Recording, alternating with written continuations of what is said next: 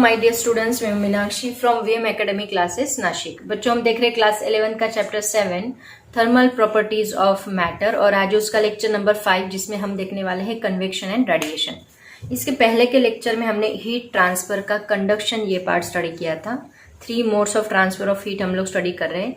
Conduction हो चुका है, उसको हमने डिटेल में स्टडी किया। आज हम लोग कन्वेक्शन एंड रेडिएशन स्टडी करेंगे। ऑलरेडी मैंने इसका थोड़ा बहुत इंट्रोडक्शन उस लेक्चर में दिया था, आज हम लोग इसको डिटेल में स्टडी करेंगे। ठीक है, तो बच्चों सबसे पहले देखते हैं डेफिनेशन ऑफ कन्वेक्शन क्या होती है, उसके बाद में उसका मैकेनिज्म आपको डिटेल में बताऊंगी। कन्वेक्शन मतलब एक ऐसा प्रोसेस होता है जिसमें एक्चुअल मोमेंट ऑफ पार्टिकल्स होता है। पार्टिकल एक जगह से दूसरी जगह गर्म होने के बाद माइग्रेट होते हैं, उसको हम कहते हैं कन्वेक्शन। तो इसको आप अपनी फिजिकल लैंग्वेज में कैसे लिखोगे, देखो फिजिक्स की लैंग्वेज में, the process by which heat is transmitted through a substance from one point to another due to actual bodily movement of the heated particles of the substance is called convection. Just like the water, अगर water को heat किया तो उसके particles कैसे migrate होते हैं, bubbles ऐसे ऊपर आते हुए दिखाई देते हैं, उसी तरह यहाँ पे पार्टिकल्स का माइग्रेशन होता है, उसी को हम लोग कन्वेक्शन कहते हैं। एक्चुअली कन्वेक्शन गैसेस में भी होता है एंड लिक्विड में भी होता है, बट यहाँ पे मीडियम होना नेसेसरी है क्योंकि यहाँ पे मॉलिक्यूल्स की मूवमेंट होने के बाद पार्टिकल की हीट ट्रांसफर होती है from one place to another place. Okay, तो बच्चों इसके पीछे मैकेनिज्म क्या है, आपको बहुत बार क्वेश्चन पूछा जाता है। Describe the mechanism of heat transfer by convection in liquid and gases. तो एक्चुअल मैकेनिज्म क्या है, देखो मान लो हमने एक वेसल में यहाँ पे वाटर लिया, लिक्विड लिया, ठीक है। तो यहाँ पे लिक्विड के मॉलिक्यूल से बहुत सारे, एंड यहाँ पे हमने उसको हीट अप्लाई की, लिक्विड को हीट अप्लाई करने के बाद क्या होगा, देखो यहाँ के जो मॉलिक्यूल्स है, यहाँ के मॉलिक्यूल्स को एनर्जी मिलेगी। जितने भी नीचे के मॉलिक्यूल्स है जो हीट के नज़दीक इस बर्नर के पास आते हैं, वो सभी मॉलिक्यूल्स को एनर्जी मिलेगी। एनर्जी मिलने के बाद उनकी जो डेंसिटी है वो कम होगी। डेंसिटी मिलने के बाद उनको एक स्पीड मिलेगा, मतलब एनर्जी मिलने के ऑब्वियसली उनको एक स्पीड मिलेगा। इसका मतलब उनकी काइनेटिक एनर्जी बढ़ेगी, स्पीड मिलेगा उसकी वजह से, और काइनेटिक एनर्जी बढ़ने की वजह से उनको मोशन मिलेगी और वो यहाँ पे रुकेंगे नहीं। मोशन मिलने के बाद वो तुरंत ऊपर माइग्रेट करेंगे। ओके, अब ये मॉलिक्यूल्स की डेंसिटी कम है, लेकिन जो ऊपर के मॉलिक्यूल्स हैं उनकी density as compare to this molecules ज़्यादा है। तो उनकी डेंसिटी ज़्यादा है, उसकी वजह से वो नीचे की तरफ माइग्रेट करेंगे। मतलब जो ऊपर के मॉलिक्यूल्स है वो नीचे की तरफ माइग्रेट करते हैं, उनको स्पीड नहीं है उतना जितना इनके पास स्पीड है, क्योंकि इनको एनर्जी मिली है, उतना स्पीड इनको मिलता है, काइनेटिक एनर्जी मिलती है। उसकी वजह से उनका टेम्परेचर बढ़ता है और वाइब्रेशन बढ़ने की वजह से स्पीड बढ़ता है। तो ये डेंसिटी भी कम होने की वजह से वो ऊपर की तरफ माइग्रेट करते हैं, ऊपर के मॉलिक्यूल नीचे आते हैं। उसके बाद ये वापस ये मॉलिक्यूल्स यहाँ तो नीचे आएंगे और नीचे आने के बाद गर्म होंगे। तो ये जो मॉलिक्यूल्स है, नीचे के मॉलिक्यूल जो ऊपर आते हैं, पहले पानी ऊपर का गर्म करते हैं, उसके बाद धीरे धीरे धीरे धीरे नीचे पानी गर्म होते जाता है। तो अगर आप पानी उबलते हुए पानी में हाथ डाल के देखोगे तो आपको पता चलेगा आपका जो पानी का ऊपर का पोर्शन है वो पहले गर्म लगता है और देन बाद में नीचे का पोर्शन ठंडा लगता है। ऐसा क्यों होता है, क्योंकि यहाँ पे माइग्रेशन हो रहा है एक्चुअल पार्टिकल्स का, उसकी वजह से। तो एक्चुअल में ये मैकेनिज्म है। तो ये जो पार्टिकल्स यहाँ पे माइग्रेट हो रहे हैं, इसको कहा जाता है, this is called as convection current.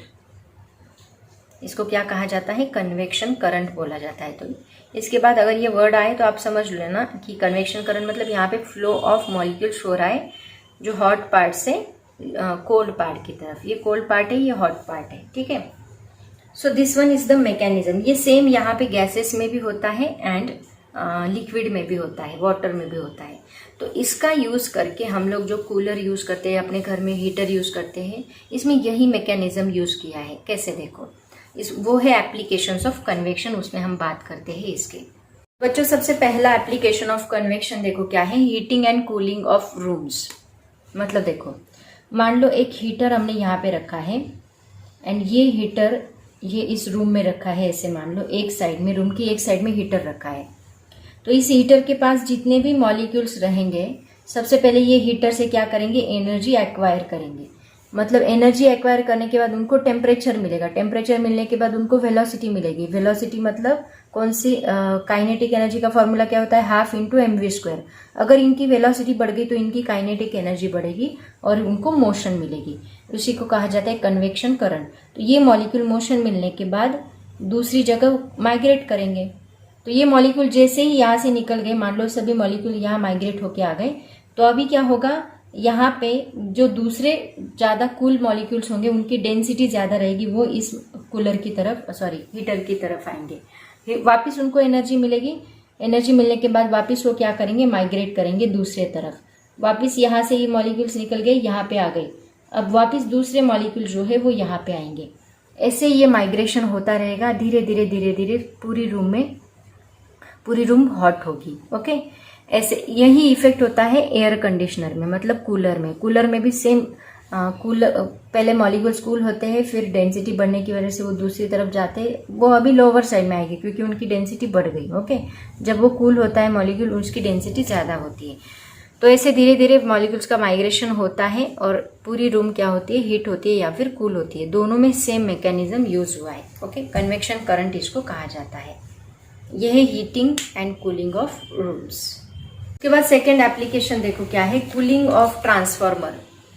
Cooling of transformer क्या होता है, देखो एक्चुअली ट्रांसफार्मर एक डिवाइस होता है ऐसा, इसको दो ऐसे वाइंडिंग्स होती है, मतलब यहाँ पे ऐसे वायर वाउंड की होती है, नंबर ऑफ टर्न्स होते हैं, और ये ट्रांसफार्मर, ये वाइंडिंग में से करंट फ्लो होता है और उसकी वजह से ये ट्रांसफार्मर बहुत ज़्यादा अमाउंट में हीट प्रोड्यूस करता है। तो इस ट्रांसफार्मर को एक ऑयल कंटेनिंग वेसल में रखा जाता है, मतलब एक टैंक होती है, उस टैंक में ऑयल होता है और इसको ट्रांसफार्मर को उसके अंदर रखा जाता है और ये ऑयल को आगे कूलर को कनेक्ट किया होता है, कूलर टैंक होती है उसको कनेक्ट किया होता है। तो क्या होगा, ये ट्रांसफार्मर के पास जो ऑयल के मॉलिक्यूल्स होंगे वो पहले हीट होंगे, ये हीट होने के बाद ये यहाँ से माइग्रेट, उनको एनर्जी मिलेगी, वो यहाँ से माइग्रेट करके कहाँ जाएंगे, इस कूलर टैंक की तरफ जाएंगे। कूलर टैंक उनकी एनर्जी, हीट एनर्जी एब्जॉर्ब करेगी और वापस उनको कोल्ड करेगी और वापस उनको बॉटम में भेज देगी। ऐसे माइग्रेशन चलता रहेगा। मतलब मान लो एक मॉलिक्यूल यहाँ पे हीट हुआ, ये हीट होने के बाद कूलर टैंक के पास जाएगा, कूलर टैंक उसकी हीट एब्जॉर्ब करेगी, वापस उसको बॉटम में भेजेगी। सेम ऐसे माइग्रेशन चलता रहेगा। वापस ये कूलर टैंक के पास, ये ट्रांसफार्मर के पास आने के बाद वापस वो हीट होगा, वापस वो हीट होने के बाद कूलर टैंक के पास जाएगा, कूलर टैंक की एनर्जी लेगी और उसको यहाँ भेज देगी। ऐसे चलता रहेगा, माइग्रेशन होता रहेगा। इसी को कहा जाता है कन्वेक्शन करंट। तो कन्वेक्शन करंट फ्लो होता रहेगा और ये जो ट्रांसफार्मर है उसकी हीट यहाँ से कूलर टैंक की तरफ करंट फ्लो किया जाएगा, कूलर टैंक की तरफ भेज दी जाएगी।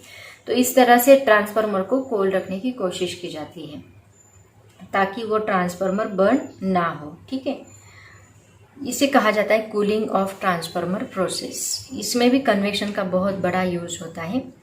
ये एप्लीकेशन से, दो मेन एप्लीकेशन से कन्वेक्शन के। और तो और इसमें देखो सी ब्रिज, लैंड ब्रिज फॉर्म होता है। आपको पता है सी ब्रिज, लैंड ब्रिज का क्या होता है? जो हम लोग समुद्र किनारे जाते हैं तो वहाँ पे जो, अगर आप वहाँ पे गए हो तो आपको पता चलेगा, वहाँ पे जो नीचे की एयर होती है वो बहुत हमें ठंडी लगती है, लेकिन ऊपर की जो एयर होती है वो बहुत ज़्यादा वार्म होती है। ये क्यों होता है? क्योंकि नीचे की एयर वाटर के कांटेक्ट में आने के बाद नीचे की एयर जो है वो वार्म होगी, पहले तो वार्म होगी, वार्म होने के बाद वो उनकी डेंसिटी कम होगी और सभी मॉलिक्यूल्स कहाँ माइग्रेट करेंगे? ऊपर की तरफ माइग्रेट करेंगे। मतलब मान लो ये मॉलिक्यूल्स हैं, ये पहले वार्म होते, ये बहुत ज़्यादा गर्म होने के बाद उनका टेम्परेचर बढ़ता है, टेम्परेचर बढ़ने के बाद उनको वेलोसिटी मिलती है तो वो ऊपर की तरफ माइग्रेट करते हैं। ये सभी मॉलिक्यूल ऊपर की तरफ माइग्रेट करेंगे।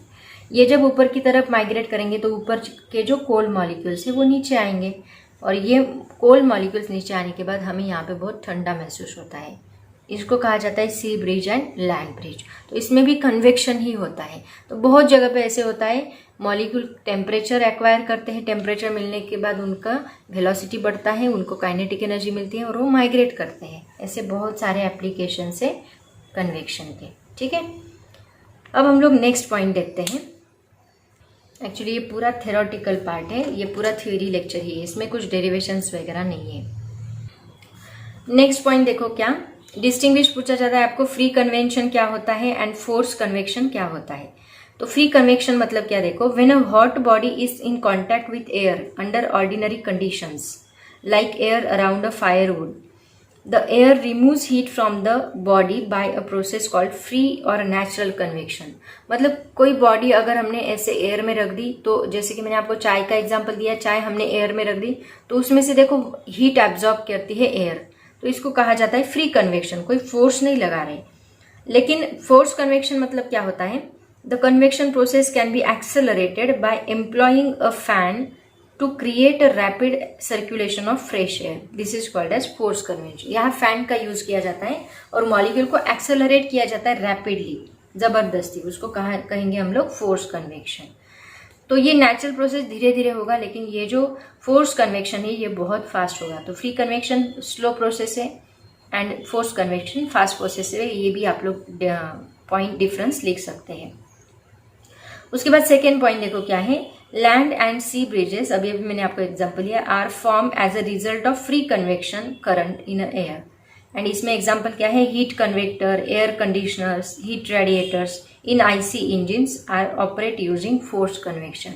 जितने भी इंजिन्स होते हैं एसी वगैरह हम लोग यूज करते हैं हमारे घर में, ये सभी किसके हैं, एयर फोर्स कन्वेक्शन के एग्जाम्पल है। फ्री कन्वेक्शन नेचुरली होता है, एयर का यूज होता है उसमें, उसको हम फ्री कन्वेक्शन कहते हैं। ठीक है, तो ये था बच्चों कन्वेक्शन। अब हम लोग नेक्स्ट टॉपिक देखते हैं, दैट इज द रेडिएशन। तो रेडिएशन का भी मैंने आपको एग्जांपल ऑलरेडी दिया था। रेडिएशन मतलब क्या, मान लो ये अर्थ है और ये सन है, तो सन से अर्थ तक जो हीट ट्रैवल करती है in the form of electromagnetic waves, उसको हम कहते हैं रेडिएशन। तो पहले हम इसकी डेफिनेशन देख लेते हैं। डेफिनेशन देखो क्या है, the transfer of heat energy from one place to another via emission of electromagnetic energy in a straight line with the speed of light without hitting the intervening medium is called radiation. Okay? तो ये definition होगी radiation की। अभी radiation में आपको एक question पूछा जाता है, वो क्वेश्चन हम लोग देख लेते हैं। क्वेश्चन देखो क्या है, how heat transfer occurs through a radiation in absence of a medium. कैसे हीट ट्रांसफर की जाती है in absence of a medium. मैंने ऑलरेडी आपको बोला कि इसमें इलेक्ट्रोमैग्नेटिक वेव्स का यूज होता है, राइट ना। तो जितने भी ऑब्जेक्ट्स है वो क्या करते हैं, थर्मल एनर्जी प्रोड्यूस करते हैं। मैं आपको एग्जांपल देती हूँ, मान लो ये एक हॉट बॉडी है, ओके, एंड ये एक कोल्ड बॉडी है। तो ये हॉट बॉडी, उसको टेम्परेचर मिलने के बाद इसमें से रेडिएशंस बाहर निकलेंगे, इनको थर्मल रेडिएशंस कहा जाता है। मतलब इसमें से इलेक्ट्रोमैग्नेटिक वेव्स बाहर निकलती है। तो ये इलेक्ट्रोमैग्नेटिक वेव्स यहाँ से पास होने के बाद इस कोल्ड बॉडी की तरफ फॉल होगी, इसके ऊपर फॉल होगी, राइट ना। ये जैसे ही इस कोल्ड बॉडी के ऊपर फॉल होगी तो ये रैपिडली मूविंग मॉलिक्यूल्स क्या करेंगे, जो कोल्ड बॉडी के मॉलिक्यूल्स है इनको वेलोसिटी देने का काम करेंगे। मतलब इनकी वेलोसिटी बहुत ज्यादा है, लेकिन ये मॉलिक्यूल्स की वेलोसिटी कम है क्योंकि वो कोल्ड है।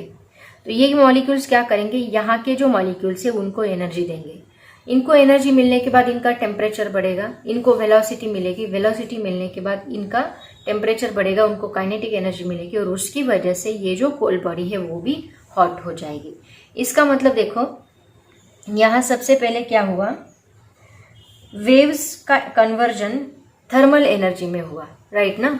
वेव्स का कन्वर्जन यहाँ पे एनर्जी, थर्मल एनर्जी का कन्वर्जन इलेक्ट्रोमैग्नेटिक वेव्स में हुआ सबसे पहले। इसको थर्मल एनर्जी का कन्वर्जन इलेक्ट्रोमैग्नेटिक वेव्स में हुआ, एंड अगेन इलेक्ट्रोमैग्नेटिक वेव्स का कन्वर्जन थर्मल एनर्जी में हुआ। क्योंकि ये बॉडी हॉट हो गई ना, इसका मतलब इसको थर्मल एनर्जी मिल गई। तो ये इसको टू फोल्ड प्रोसेस कहा जाता है। क्या कहा जाता है, this is called as two fold process. ऐसे वो एनर्जी ट्रांसफर करते हैं। तो जो भी बॉडीज होती है वो अपने अंदर, जो कोई भी हॉट बॉडी हो वो उसके अंदर से हीट बाहर निकलती है इलेक्ट्रोमैग्नेटिक वेव्स के फॉर्म में।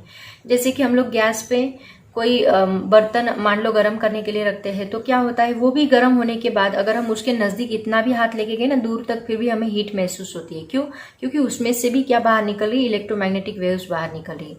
सभी हॉट बॉडीज एक रेडिएटर होती है हीट का, सब में से हीट बाहर निकलती है in the form of electromagnetic waves. तो इसका आंसर कैसे लिखोगे, देखो सबसे पहला पॉइंट हम लोग लिखेंगे, ये सभी एक्चुअली थ्योरेटिकल पार्ट है। All objects possess thermal energy due to their temperature. सभी ऑब्जेक्ट्स थर्मल एनर्जी पोजेस करते हैं उनका टेम्परेचर बढ़ने के बाद। The rapidly moving molecules of a hot body emit electromagnetic waves, EM waves मतलब electromagnetic waves, travelling with the velocity of light, these are called thermal radiation. Electromagnetic waves जो है इसका एक सेपरेट चैप्टर है, तब हम इलेक्ट्रोमैग्नेटिक वेव्स के बारे में डिटेल में देखेंगे। These carry energy with them and transfer it to the low speed molecules of a cold body. ये सब एनर्जी कैरी करते हैं और कहाँ जाते हैं, कोल्ड बॉडी की तरफ। जैसे मैंने आपको बताया, जिनका स्पीड, उनके मॉलिक्यूल का स्पीड बहुत कम है, ऑन विच दे फॉल, उसके ऊपर वो फॉल करती है। इससे क्या होता है, this result in an increase in the molecules motion of the cold body. Molecules जो कोल्ड बॉडी के मॉलिक्यूल्स है उनकी मोशन बढ़ती है और उनका टेम्परेचर इंक्रीज होता है and temperature rises. Thus transfer of heat by radiation is a two fold process. मैंने ऑलरेडी बताया आपको, टू फोल्ड प्रोसेस है। इसमें क्या होता है, सबसे पहले the conversion of thermal energy into waves and reconversion of waves into thermal energy by the body on which they fall. तो ऐसे आप लोग इसका आंसर लिखोगे, ठीक है बच्चों। अभी हम देखते हैं कि तीनों में कंडक्शन, कन्वेक्शन एंड रेडिएशन, इन तीनों में डिफरेंस क्या है वो हम लोग देखने वाले हैं। इसका एक सेपरेट टेबल है जो हमने स्टडी किया है, उसको एक टेबल में उन्होंने सम अप किया है। तो वो टेबल देखते हैं क्या है, तीनों में क्या डिफरेंस होता है। तो बच्चों सबसे पहला डिफरेंस आएगा इन तीनों की डेफिनेशन। क्या है तीनों की definition? Conduction is the process by which heat flows from the hot end to the cold end of a solid body without any net bodily movement of the particle. और इसमें क्या आएगा कन्वेक्शन की definition? Actual bodily movement of the particle, and radiation में आएगा through electromagnetic waves. बस इतना तीनों का डेफिनेशन आप लोग लिखोगे। उसके बाद it is the slowest among all the modes of transfer of heat. सबसे स्लो कंडक्शन है। कन्वेक्शन भी थोड़ा फास्ट है एज कंपेयर टू कंडक्शन, लेकिन रेडिएशन सबसे फास्ट है। देखो सन टू अर्थ हीट तुरंत कितने बहुत फास्ट कम टाइम में रीच करती है। It is fastest among all the modes of transfer of heat. यहाँ पे कन्वेक्शन में third point, material medium necessary है, जैसे कि सॉलिड, रॉड, मैंने आपको बोला था कोई भी मेटल हो वो लगेगा। Material medium is necessary for conduction. Convection के लिए भी मटेरियल मीडियम लिक्विड चाहिए, मॉलिक्यूल्स चाहिए, तभी हो सकता है, नेसेसरी है। लेकिन रेडिएशन में मटेरियल मीडियम की जरूरत नहीं होती, is not necessary for radiation. Then conduction में no physical movement of the particle of the medium is involve. Physical movement नहीं है एक्चुअल, मतलब पार्टिकल माइग्रेट नहीं होते, लेकिन कन्वेक्शन में फिजिकल मूवमेंट है of the particle medium occurs resulting into formation of convection current. And radiation में radiation travels as electromagnetic waves with the speed of light. Light का स्पीड कितना होता है? 3 × 10⁸। इलेक्ट्रोमैग्नेटिक वेव्स का भी स्पीड उतना ही होता है। कन्वेक्शन क्या है देखो, it is an invisible process. Convection visible जो दिखता है, कन्वेक्शन दिखता नहीं है, विजिबल प्रोसेस। एंड रेडिएशन भी एक इनविजिबल प्रोसेस है जो दिखता नहीं है। Conduction it occurs mostly in solid, convection it occurs liquid and gases, and radiation जो है it occurs gases and vacuum. Okay, तो ये सब जो है ये तीनों का डिफरेंस है। तो बच्चों ये टॉपिक पूरा थेरोटिकल था। नेक्स्ट लेक्चर में हम लोग न्यूटन्स लॉ ऑफ कूलिंग देखेंगे, जो इस चैप्टर का लास्ट वीडियो रहेगा, ठीक है। तो आज हम यहीं पे रुकते हैं, पढ़ाई करते रहो। एक्चुअली पूरा थेरोटिकल टॉपिक है, पढ़ के भी आपको समझ में आ जाएगा। So and it's very simple actually. So आज हम यहीं पे रुकते हैं। ऑल द वेरी बेस्ट, पढ़ाई करते रहो एंड बाय बाय।